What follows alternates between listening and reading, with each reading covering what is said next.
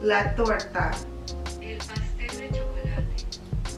El pastel de chocolate. Dice. ¿Cómo se dice? ¿Dónde vives?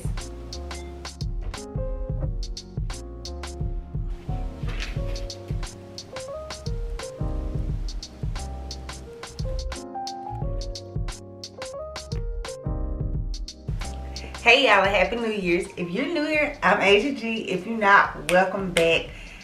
It is the beginning of something new. So last night I was at work. I was like, I got my 3 goals for the new year. I talked about that a couple of videos back, and it was basically like learning to invest, traveling, and then reading one book a month. And I said I wasn't gonna make any fitness goals. And I said I was gonna take Spanish after this. It was dead to me, okay? It was gonna be a hobby. I'm not adding nothing to this, but I would like to create like some kind of morning habit. My original thought was to get out the bed today at 8. I said, this is gonna be my new thing. I'm gonna show them that I get out the bed at 8. I'm gonna get up when the alarm go off. No ma'am, no ma'am, no Pam. I slept, okay? That alarm went off at 7:50 for me to get up and be like, look you guys, I got up at 8. Okay? I rolled right on back over. And then woke up at 9. It still didn't get up. And then got up at 10. And I didn't feel sleepy. So, I don't know. That's something that I want to add in for like a morning routine. But it's just not the thing right now. But what I did do this morning is still get up. And I want to do like 5 minutes of Spanish. Hobby level stuff, okay? 5 minutes of Spanish. Write about what my dream was, which is like I kept a dream journal like for a few weeks last year when I read a book on dreams. It was one of my books for last year, The Alchemy of My Dreams, The Alchemist of My Dreams. I think that's what it was called. And I started it and then I didn't finish it. So when I woke up at 7:50 this morning, I remember what my dream was. I dreamed about Pedro Pascal. I don't know like exactly what happened. I knew earlier today, but as I'm trying to think about it when I was writing, I did not remember. I think I dreamed about Pedro Pascal because I'm watching The Good Wife. And I had like a big old like to do with Joe, like that's not Pedro Pascal. That's not him. I can't believe this saying that's him. It's clearly him. I mean, they wouldn't give that man credit if he wasn't in the dang on show. So I dreamed about him. So I wrote that, did my Spanish, and I want to share with you guys like my book of the month for January. I think I'm gonna squeeze 2 in. But we ain't gonna be overzealous the first one, because that's my thing, is overestimating myself. But it's gonna be Ivan Yalom's book called Creatures of the Day and Other Tales of Psychotherapy. Y'all know that I'm obsessed with him. I love him. I gave him a break towards the end of the year, but he has a few more books that he wrote. So I'm gonna read this book next for the month of January. The other thing I was thinking about last night is like, the last time I made a really big change in my life, like when I started like consistently working out, consistently changing into the person that I am today, which is like a person who works out, makes plans, sticks to plans, tries to keep like a schedule of things to do, stay busy, follow through on commitments, make plans for other people, was back in 2018. And I've been trying to recreate like that feeling that I had in 2018 to make like changes for me in 2023 and 2024. But I have to realize in 2018 I was in a place where I felt a bit stuck. Like I felt like a kid adult, and I wanted to make it like a hard transition. I felt stagnant almost. And so it was like all of these forces like pushing me to say, you want to change, make the change, do the thing that you want to do, hike the mountain, go for the run, do the workout, get your own first apartment by yourself. Don't matter if you're in a relationship, like move out of there, get your own apartment, do what you want to do. You know, don't let your life be set on somebody else's life. And so I don't have like those same pressures now. So it's like when I try to use that same kind of thought process to make like hard changes like I did in 2018, I can't do it. Like I can't stick to it. I'm not in that place anymore. So I'm not sure how to approach the change. Because in addition to feeling like stagnant and like I wanted to be my own independent person in 2018, I also was just introduced to like inspirational stuff. So like Mel Robbins, motivational speakers, journaling, all of that stuff. So now that stuff is so prevalent that it's not like new to me. It's not like inspiring, like, oh, they said something so profound. You know what I'm saying? Because I'm deep into it now. So the stuff that was inspiring then, I've heard it 1,000 times since 2018. So when I hear it now, it's just like, oh, I know where you got that from. Oh, that sounds just like this. So I haven't had anything that was like that aha moment, like that light bulb moment like I have in 2018.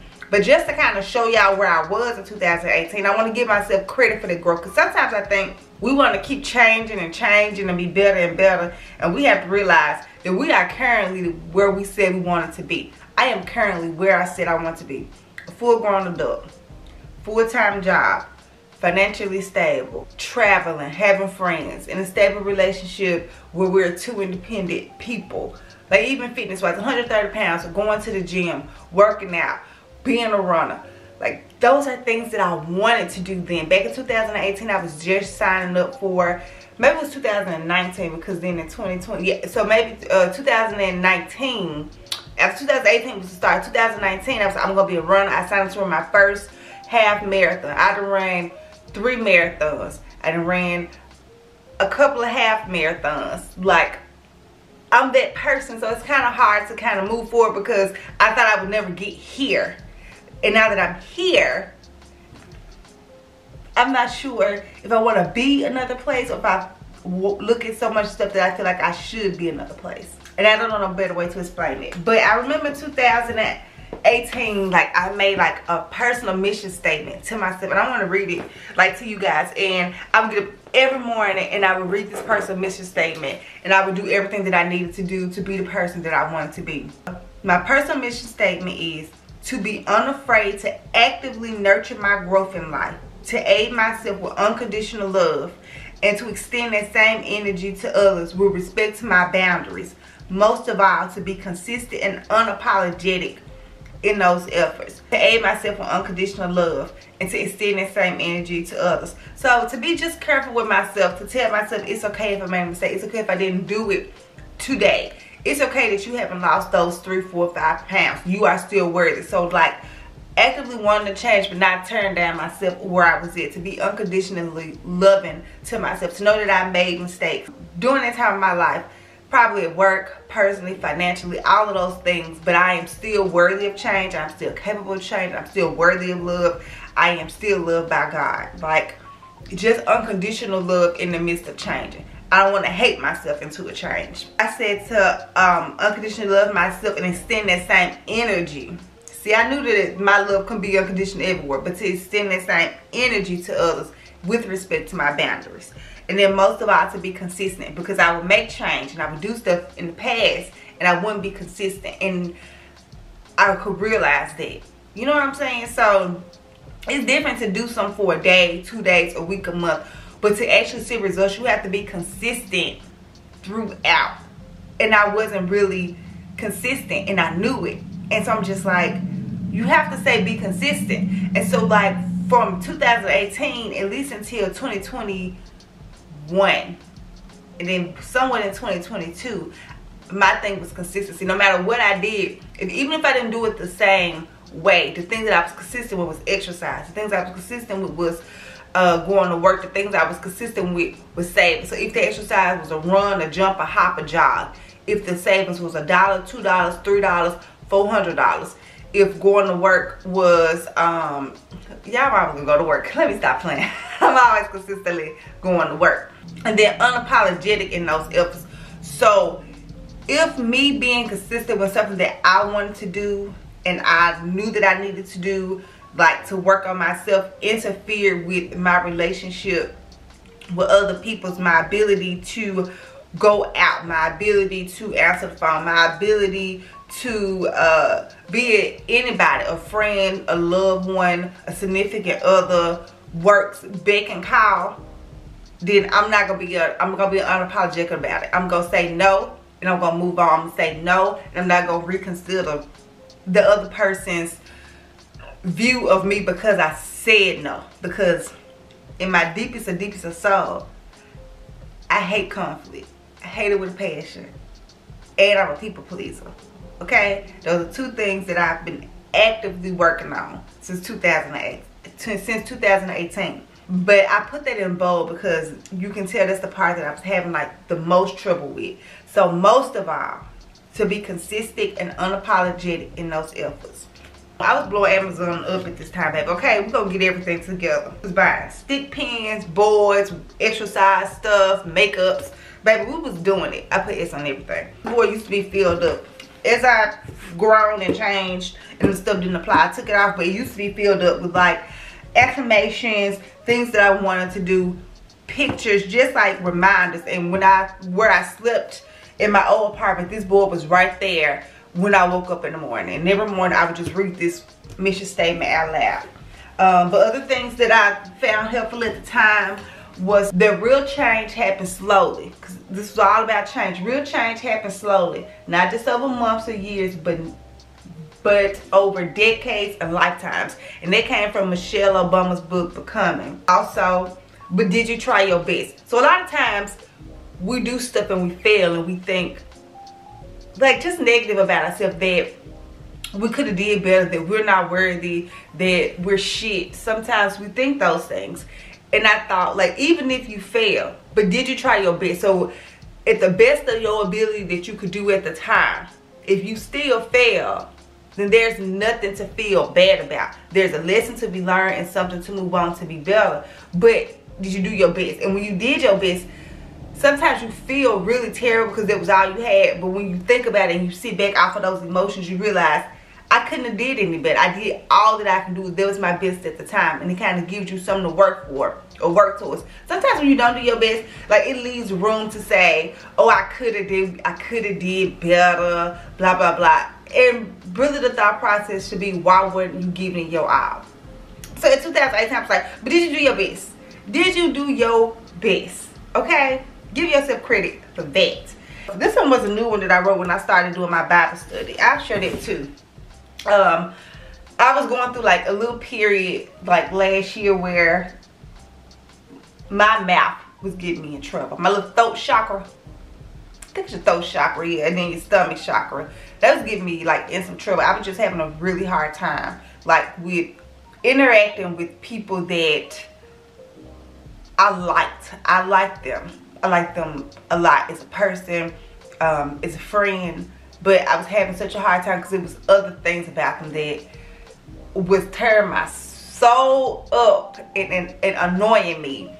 And I just didn't know how to properly deal with that. So mostly I just shut that. But I was doing Bible study then, and I wrote, Lord, help me to know when to speak up and to remain silent.